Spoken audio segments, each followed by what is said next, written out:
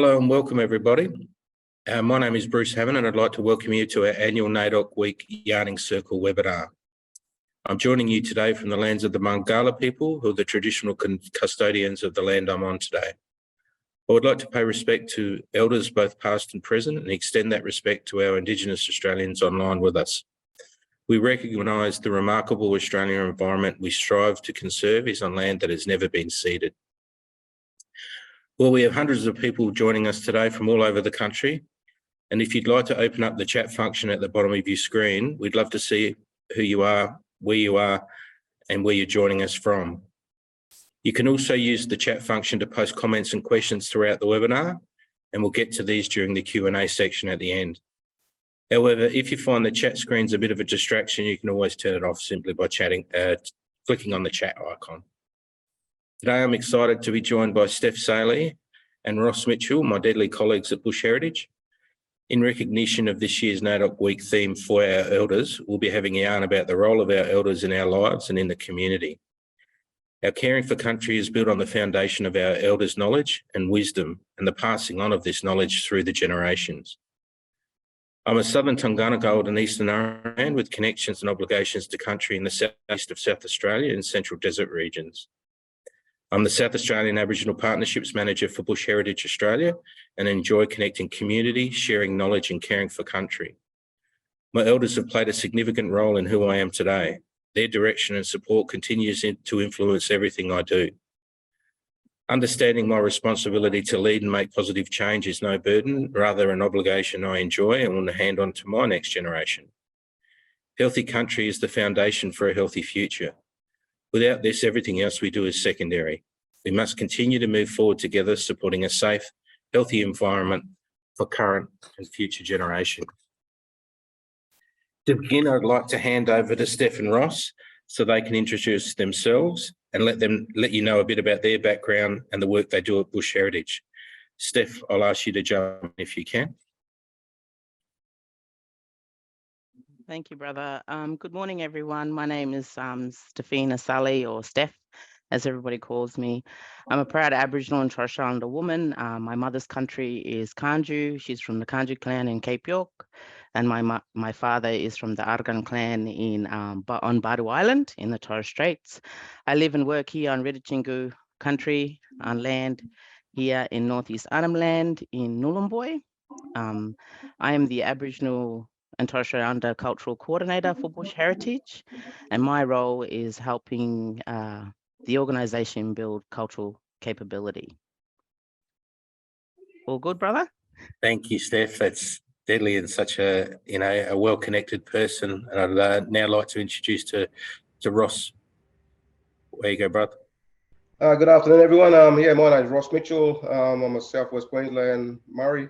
I'm speaking to you from the Goongarri country today, the Southwest Queensland Marinara River region.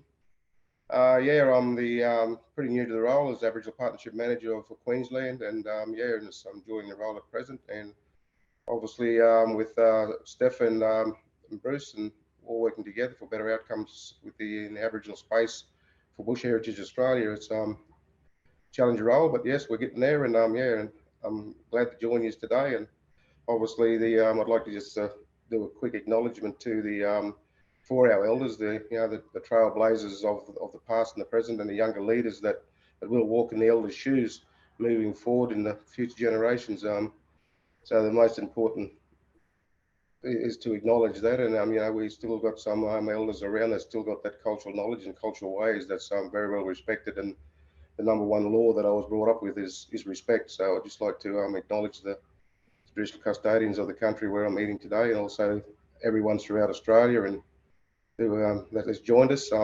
Welcome and thank you.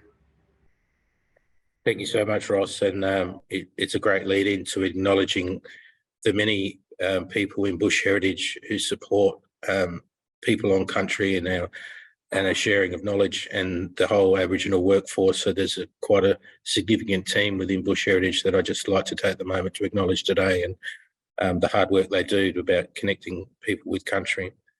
That's a great lead in, Ross, to while we're here today to talk about the NAIDOC Week celebrations. And what I always talk about is it's not only a week, it's celebrating every day. But the NAIDOC week and theme this year is for our elders. And, you know, they are our holders of knowledge, the trailblazers, the nurturers, the advocates.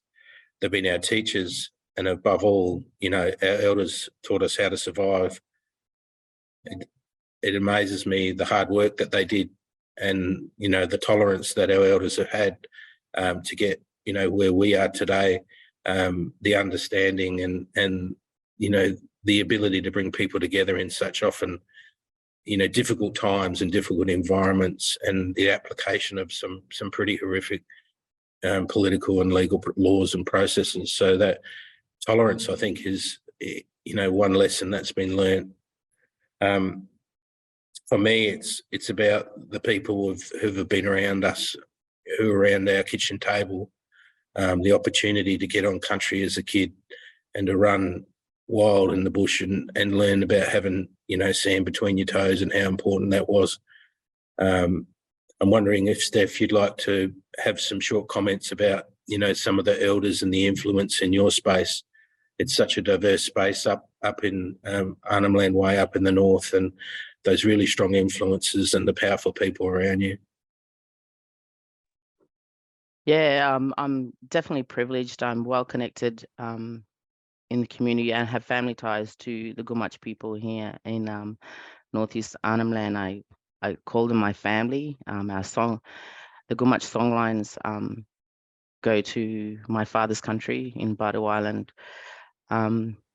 Here, I'm constantly surrounded and reminded of the importance that elders play, the role they play in our communities.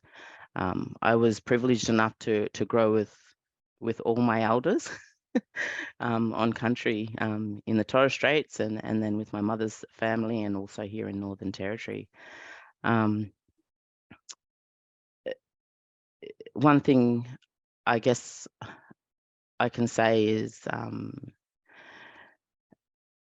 the elders give us knowledge from the past, and that sometimes we might think that it's not relevant to now, but it definitely is. You know, all the lessons you learn growing up and all the advice and support you get and the guidance you get from your elders really does help you as an adult.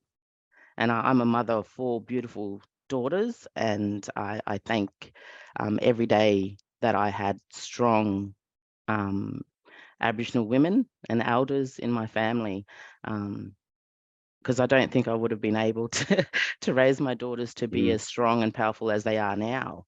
And I'm hoping that I can continue passing that on to them and so forth. They pass to the next generation. So the family up here in Northeast Arnhem Land has played a pivotal role for my children, for myself, and truly blessed to be living on country every day and being with community and family every day.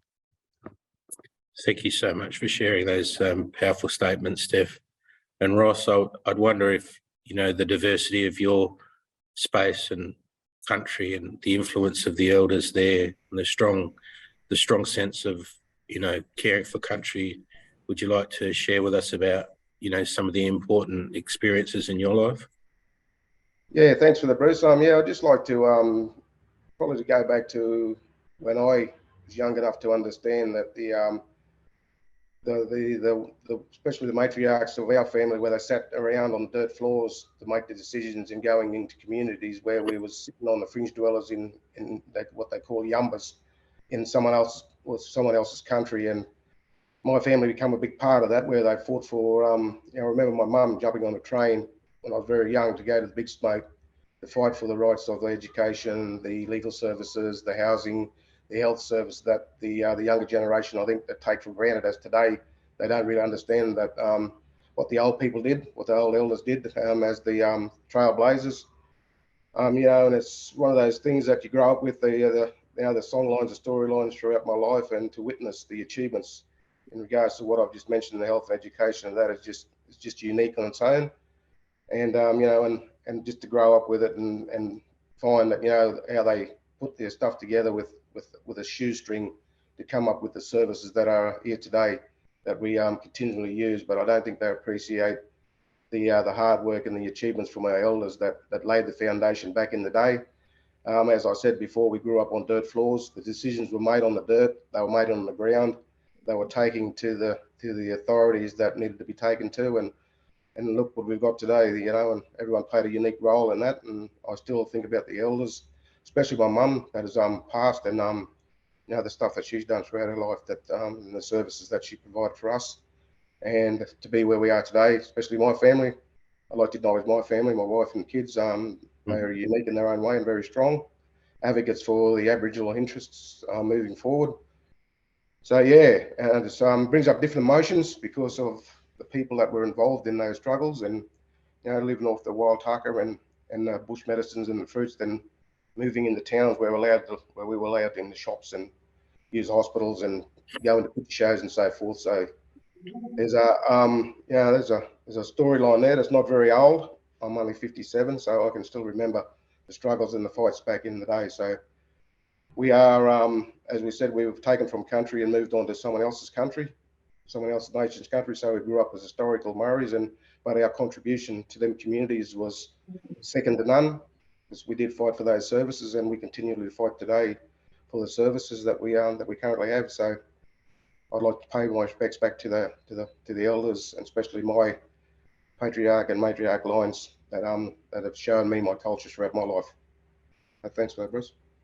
Thank you so much for sharing those very personal stories, both Steph and Ross. And, you know, it's such a gift that we were around our elders on country, and how important it is to have that time to listen. And the world seems so fast, and it just doesn't really acknowledge and respect, you know, how our elders actually succeeded in a system that, you know, was oppressive. And we did have a legal system that meant we couldn't move around. I remember sitting on the dirt floor in the tin hut in Maree for my nana, and she refused to live on the mission, so she lived on the fringe. And you know, that dirt floor was polished like concrete. It was so clean, and there were press tins out of Kero boxes made the house, and the dog beds out the front. And she was one of the most powerful people in the community because she refused for the system to be applied to her. You know, it's really, when we talk about our elders who are now seem to be passing, who have been in that freedom fight, who were living under the Aborigines Protection Act, and I encourage everyone to Google that and have an understanding of how that impacted our elders and our ancestors, that they were restricted in movement, and that they weren't allowed to be accessing, you know, areas of the country that was their right. I've got a question here from one of our listeners. If we could tell us about an elder who has influenced us the most, and what they taught us about being a leader. So I'll throw that to both of you and then answer my own. Steph, have you got someone who you can talk to and comment about influenced you and you know, influenced your leadership? Oh, there's so many. I can't even.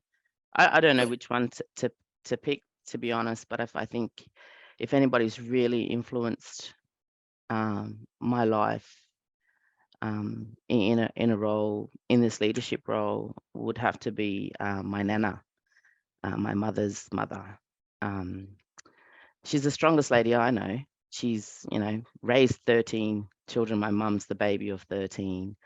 And they lived in a 3-bedroom house just on the outskirts of Mossman, you know. And then she also had her sister's children.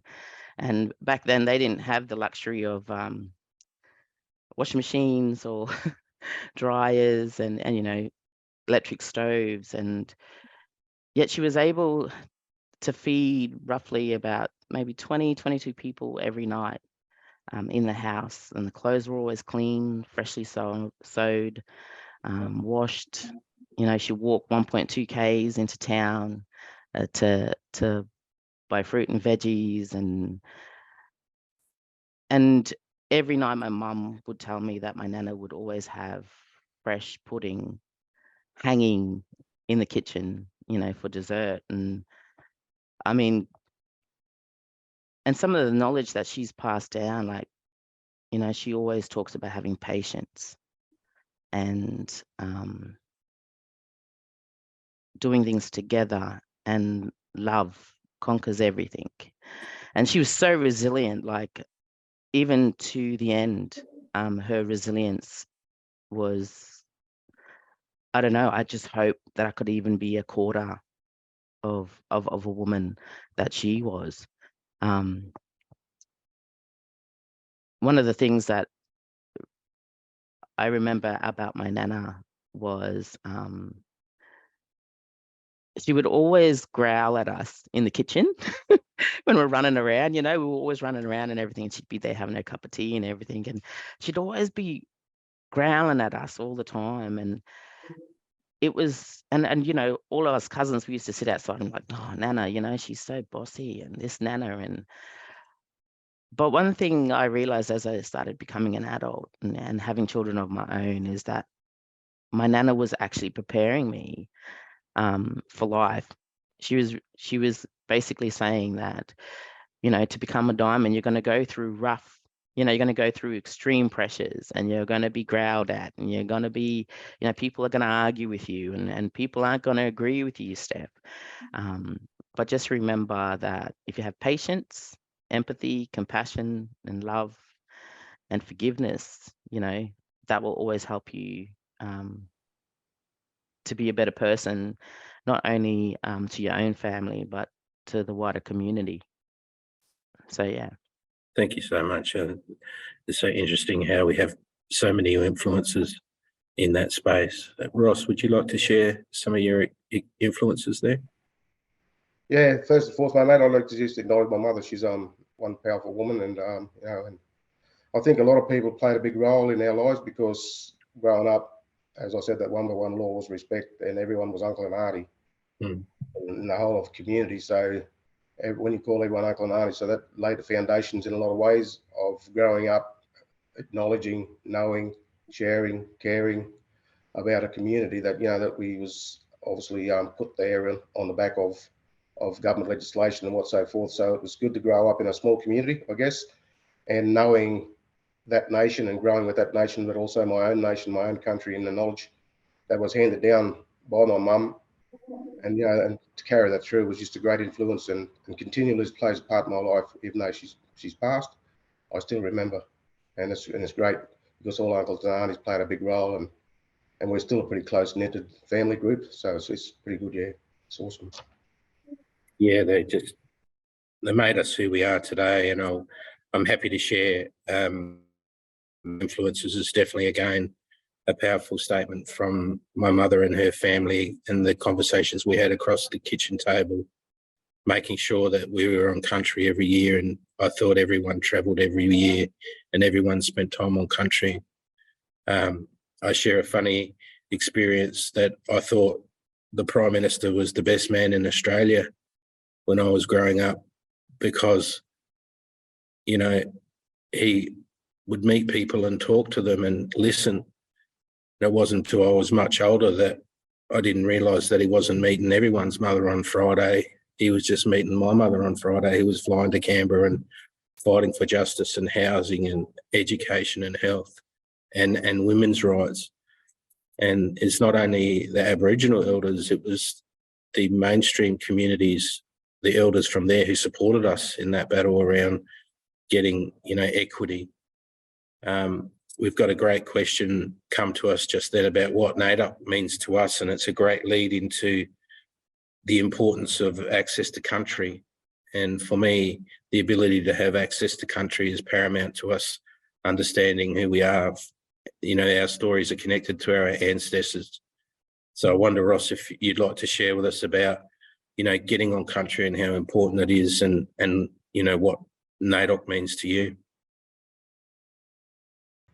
Thanks, Bruce. Yeah, I think NAIDOC plays a big role in, I think, just Aboriginal society as a whole, because I think it gives us all the opportunity to celebrate in certain themes that do come around. And unfortunately enough, this year is the acknowledgement of our elders, and that does bring back you know, a lot of memories and what NAIDOC means to me, and what actually country means.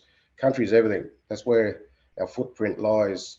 You know, we don't own the land, we belong to it. So we really got to acknowledge that, you know, the trees, the river systems, they're not all the same, but the uniqueness that plays in our lives is second to none. And what comes from country is the sharing and caring that, you know, what our elders and our mob spoke about in regards to growing up. You know, that it's all about that respect. You know, you respect the land, and the land respects you. That's what they're always talking to you on country. And myself, I'm fortunate enough to be on country most of my life, and I'm still on country. So I've got the opportunity to reconnect all the time. And for the ones that's, you know, that's still trying to find their feet, you know, just as Steph said earlier, be patient.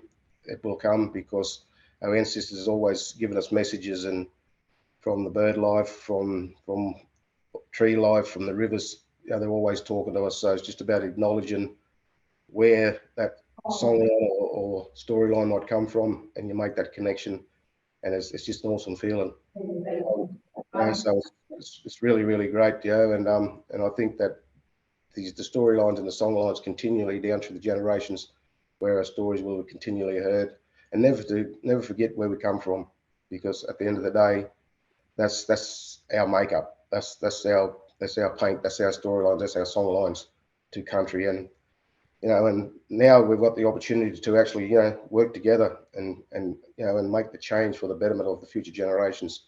And we can't do it alone. We've got to join the black science and the white science to make better outcomes for all involved, for the future generations coming through, and also us to lead through and have that voice for the mob that's that learning about all the histories, about putting it all together, and play the unique role in it. You know, don't be a follower, be a leader, and make up your own mind. Don't follow someone else's advice. Look into it, read it, you know, and come up with your personal views, because our life's made up around emotions, and a lot of emotions will lead you to the right direction, I think, because we all get certain feelings about certain things on country, about what we should do, how we should do it, and why we do it. So I think it's very, very important to stay connected, stay grounded, and you know, and yeah, and just keep moving forward for the betterment of all peoples. Thank you so much, Ross. I've got a couple of questions there. I've got a cheeky question there that says, which Prime Minister was that, Bruce? And all I'll say is, if you Google my mother's name, Ruby Hammond, and one of the first photos to come up is her and Gough Whitlam. So there's a whole nother story there for the listeners. So Google Ruby and you'll get the backstory about who I am today. Steph, would you like to talk about the importance of country NAIDOC? And I've got another question there about from one of our participants, is what traditional decision-making processes might improve the way, you know, organisations deliver results?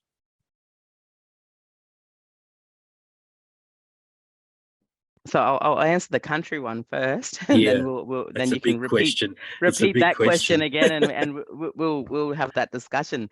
Look, I'm not on my country at the moment. I'm privileged to be on my family, the Yulungu family here, of my Gumatj family. So I'm privileged to be able to live and work here. But at the back, if you can see, I have all my elders, my family, the people that have played a massive role, and also my husband's elders. And that reminds me constantly about the importance of where we come from, and to continue being connected. And I also put that up there for a reminder for my children to remember where they come from, and the lineage that they come from, and both from their grandfathers and grandmothers, both from the Aboriginal and the Torres Strait Islander side. Country is important. It's, you know, I had the privilege of going home 2 years ago and going with my elders back from where my great-grandmother's country is.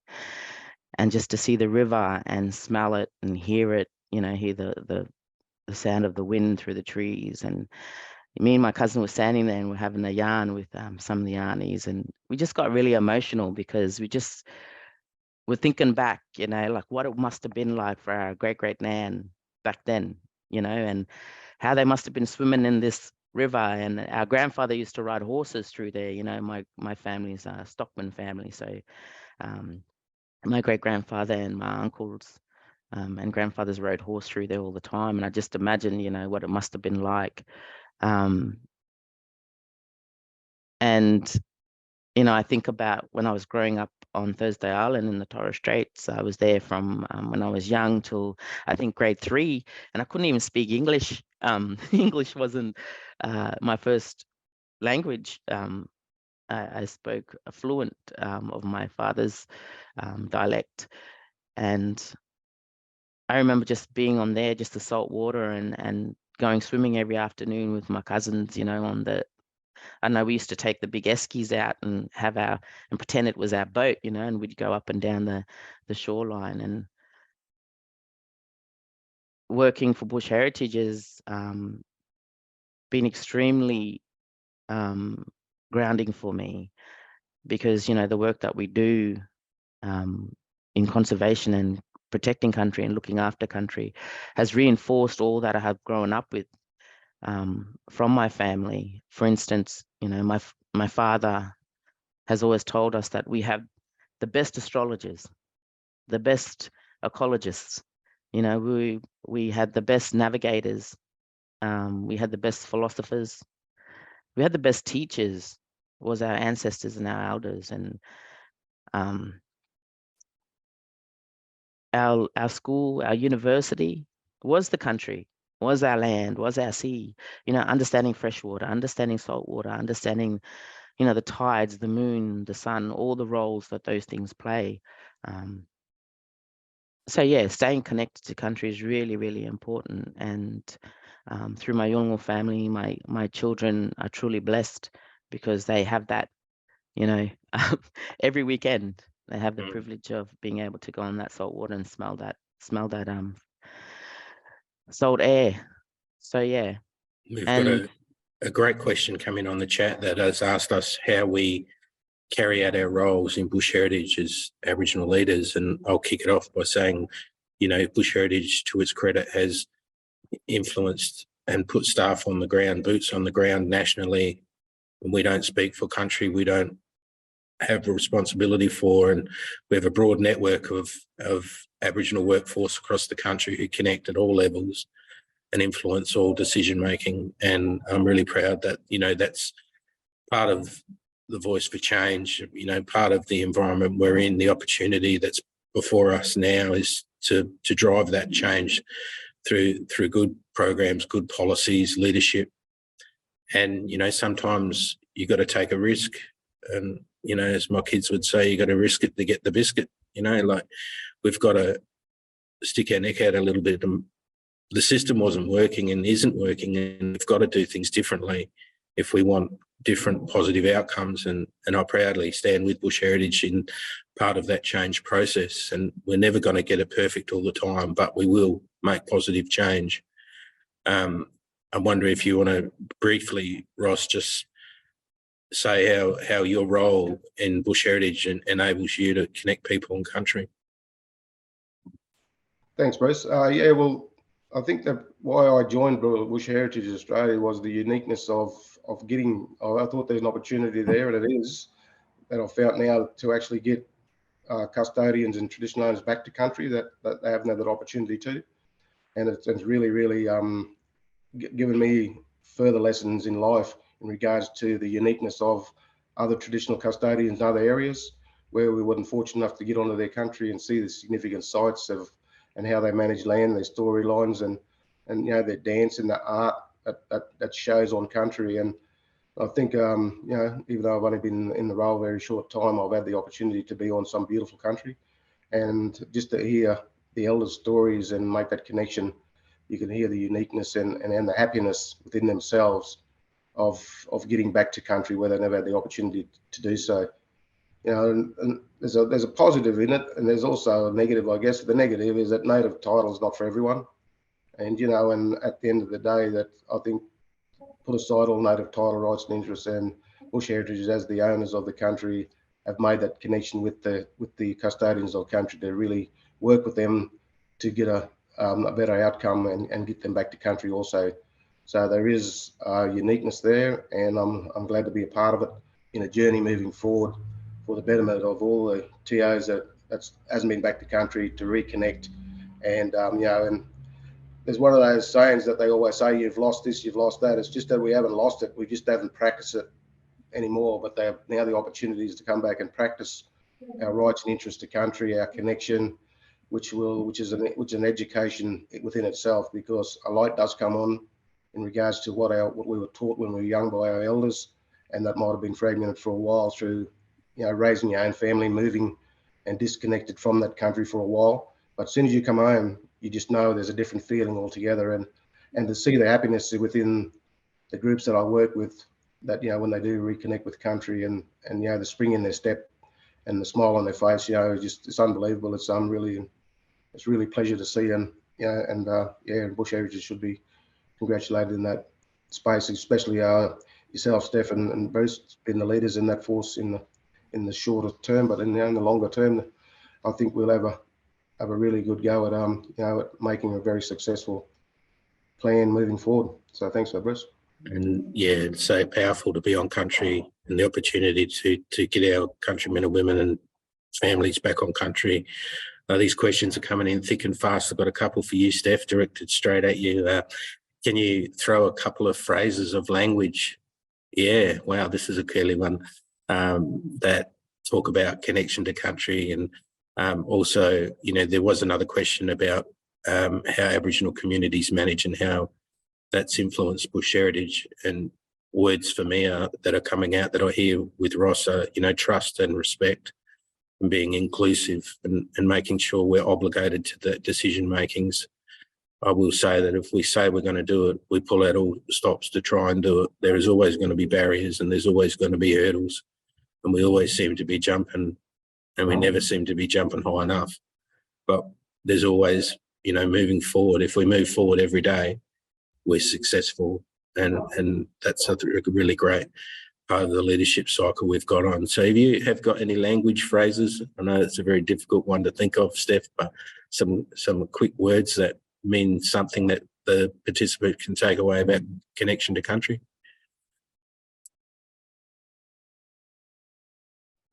No, not really.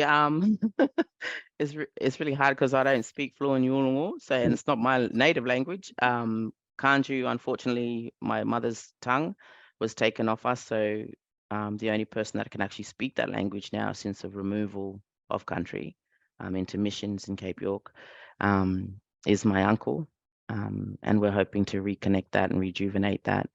I guess one thing I can say in language, and I don't, unfortunately, I have moved away from Ireland when I was little. So in year 3, I lost all that language and connection to that language because I was forced into a system of speaking English through education. So English was the first and foremost important thing. But I think one language word that means a lot to me, and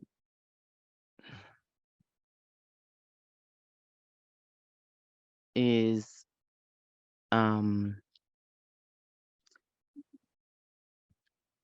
think one word I would use to say is in Torres Strait language is really eso. Eso means thank you.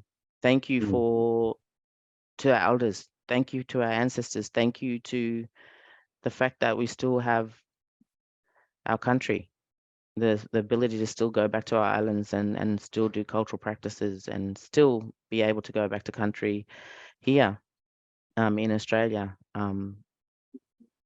Yeah, if that answers that. Definitely. So, unfortunately, language we weren't allowed, my grandmothers and that unfortunately weren't allowed to pass that language, only certain words through to my family, because under Missionary Law and Aboriginal Protection Act, they weren't actually allowed to speak. Yeah. Against law. So. And it's having spent time in your country with you, eso is a word I've heard many times, and respect and love. It's a welcoming word. And for me, my Central Australian connection and many years that I've spent on Arnongal Pitjantjeri Yankajara lands, I'll share some very brief words is Gapi Balya, Manda Balya, Arnongal Jota Balya, which means water, good, healthy, fat. Manda, land, good, healthy, fat. Arnongal Jota are the people of the land. Balya, happy. So it's a really powerful statement the elders to say of the water's flowing, the country is good, the community will be happy and good and well looked after. And it really leads to the work we do on country, getting people back on country, managing fire, managing landscapes, having the opportunity to share with the wider science and conservation communities. And the opportunity today, I wish to thank everyone who's taken the time and made the effort to join us in what we do all the time is have a yarn. Our yarns are so important because we never stop learning. And I think Ross overstated how Steph and I and others work. It's Ross and the people on the ground and the team we have, Aboriginal, non-Aboriginal. We have a really great diverse team working with many partners who do the great work, and we simply get to observe and understand and try and, I think, tinker at the edges to make things better. And I really want to respect Ross and the people on the ground who are making that change. There's nothing like when you wake up every day and you know what you did yesterday made a positive change for your kids tomorrow. So I really want to thank our guests today and the opportunity for us to have a yarn. And I'd like to openly throw up if there's any questions that people want to put in the chat, or it's coming in thick and fast. If people want to put some questions in there, I'll just have a look. I see a few going past. There's one question that says, what happens if we can't get on country? And that is a really valid question, that often we can't fulfill our obligation for one or other reasons. And it does, create angst at times, but, you make the effort when you can. We all are have feet entrenched in both worlds, our traditional relationships to country and obligations, and the other obligations we have and to areas of work and family. So it is very difficult to get access to country. One of the key issues for me is that even when you have time, there are many processes in place that restrict access to country, and they're the barriers as leaders we work against.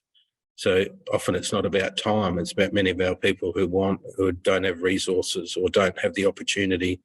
The gate's locked, and they can't get on country. So, those things got to be fixed, as well as just, whether we've got time to get on country. Here we go. So what major challenges are Bush Heritage trying to overcome on country? There you go. I'll throw that to either Steph or Ross. You want to jump in?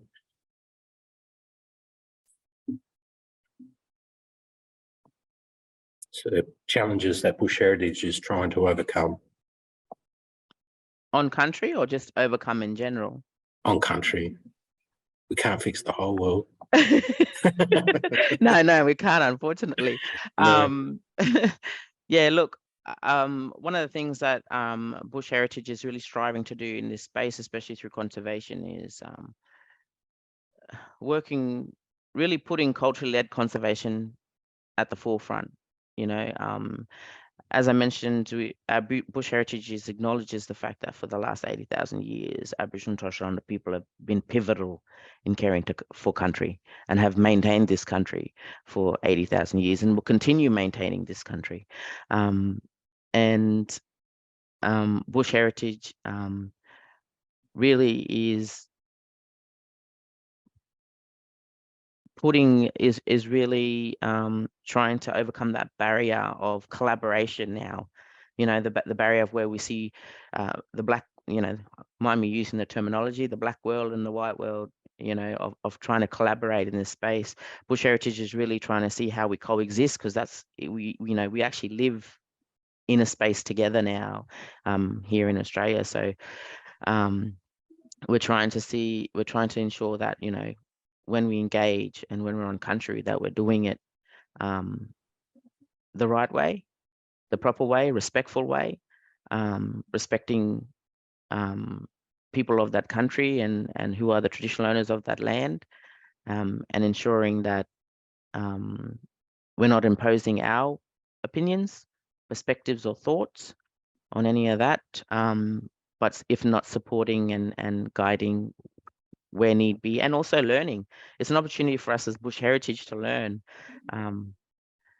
from our traditional owners and our partners in this space. Absolutely. And there's a great other question that says, what type of cultural practices have been undertaken on Bush Heritage reserves? And I can throw in a few there that we've supported cultural burning and practices with. One of the key issues is getting access to country, and for Aboriginal people to participate in the conservation programs, to do site preservation so that we make sure that no sites are disturbed when activities are taking place on country.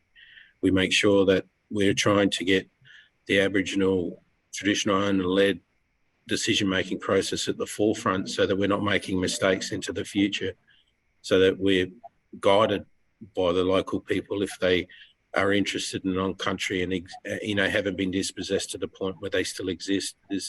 There are real issues about access to country. It's a really basic principle that most people think we, as Aboriginal and Torres Strait Islander people, have, but the reality is we don't.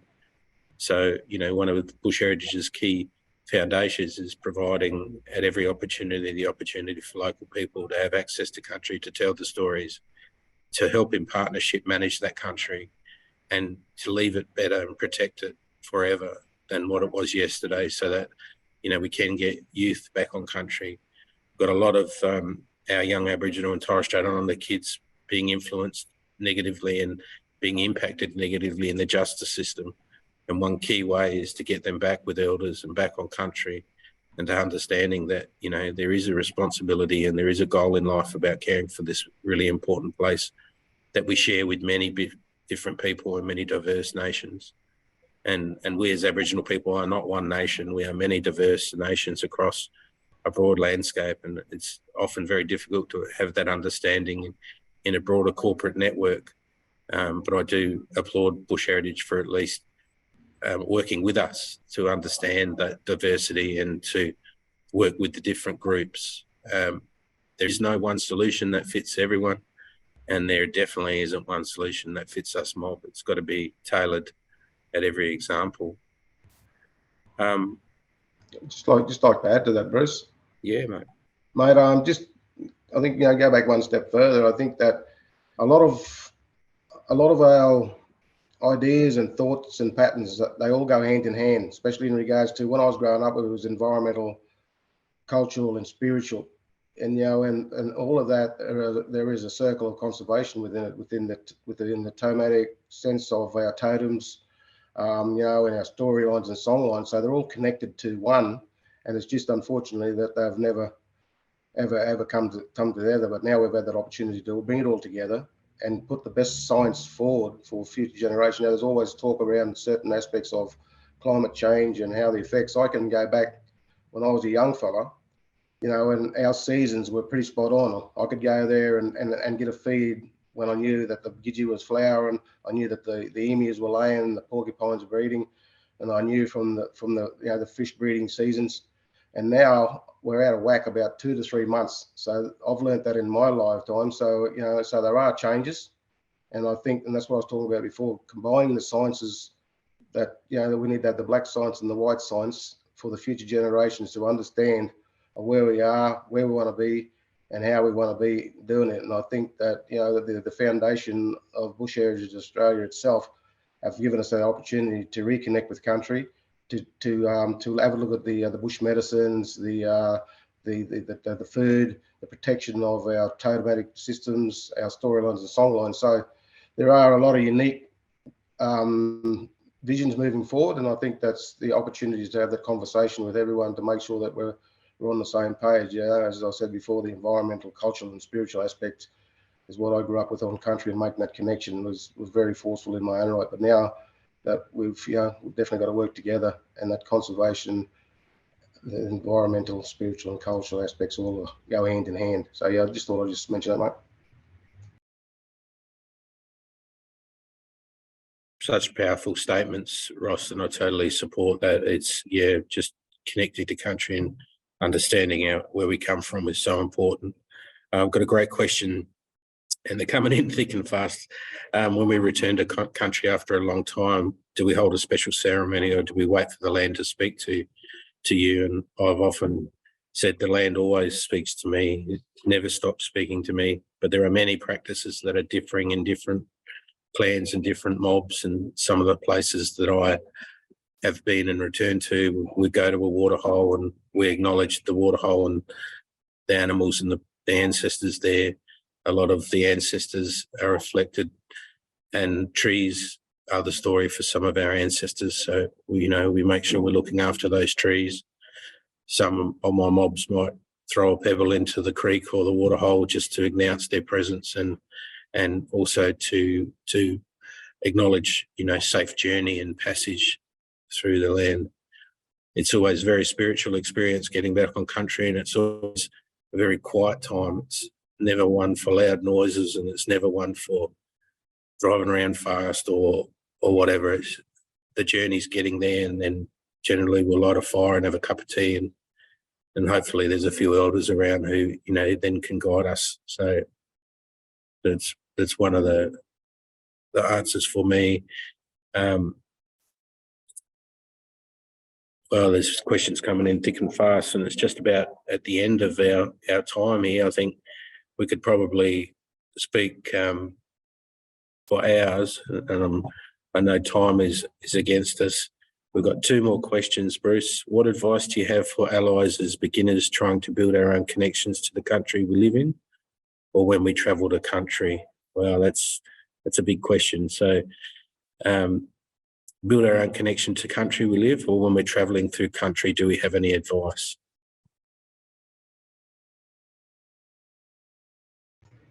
I think it's just about acknowledging, where you are and what area you're in, because obviously, wherever I go through country, I acknowledge those ancestors in the spiritual world, and when I go in country, I just yell out loud saying, I'm here to enjoy your beautiful country, and I'm passing through, and thank you for, just thank them for what we're seeing and how we can relate to country. Just, take your shoes off and walk on the earth and feel it.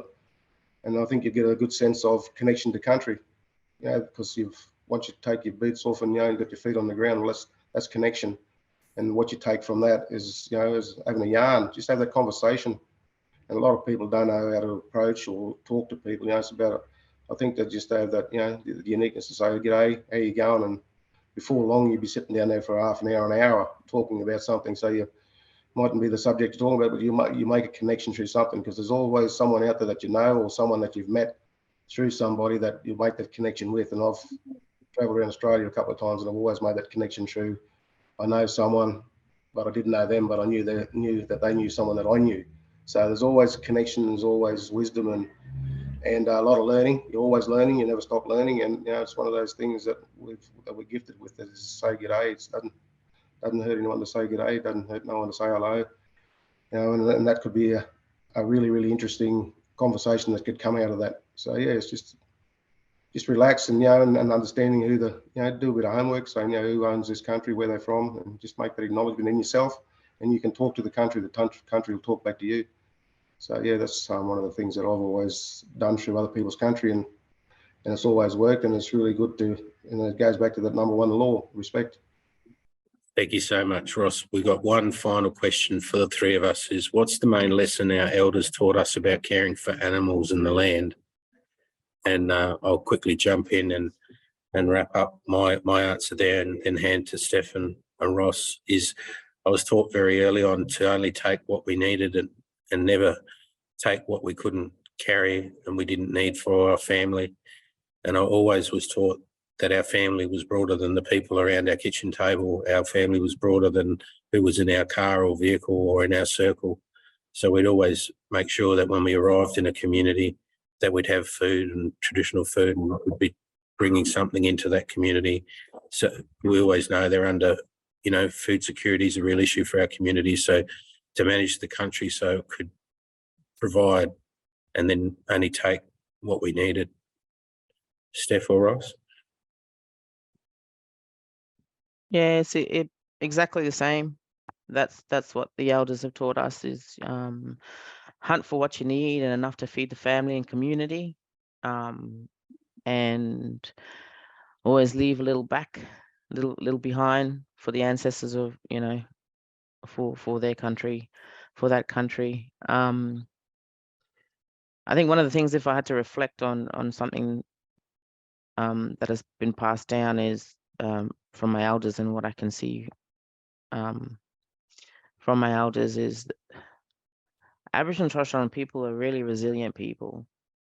You know, for everything that they've gone through in the time that they have, to be able to really maneuver our community and people through everything, to still be able to be here and still be able to